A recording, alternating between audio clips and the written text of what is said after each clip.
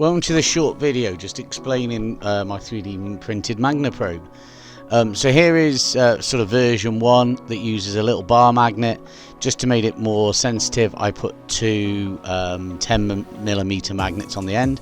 This is the original version, just quickly without it.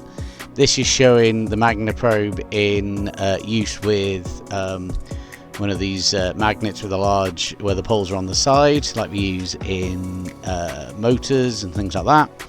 And you can see that it clearly shows that the center's in the middle of the side, that the pole is in the middle there.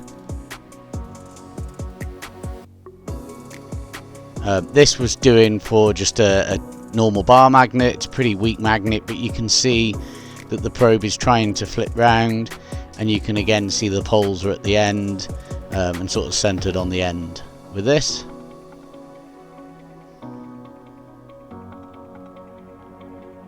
And if I turn it round with a little bit of persuasion, the probe turns round, showing that the polarity has changed as well.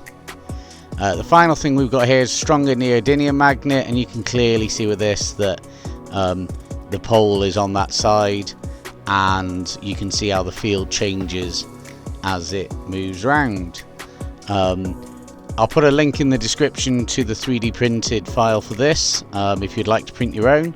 There's also going to be another link on that to a version that uses print in place magnets as well. Thanks for watching, and hopefully it's any good.